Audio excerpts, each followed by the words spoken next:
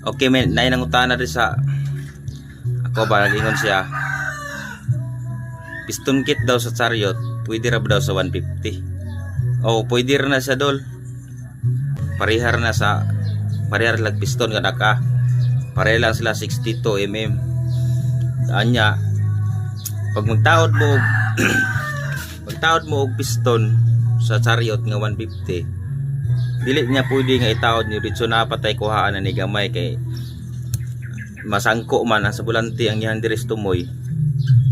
gani oh. Imunis lang grinderan diri diri kuhaan mo gamay ang iyang lubot diri grinderan ninyo ni kay pag imunis ang itaod masangko man sa bulante kay taas man og kuan, taas man og naka-stroker man ang iyang bulante sa kuan sa chariot mo nang pangutaw tag 150 ora pero kuhaan na to diri grinderan lang lisan pag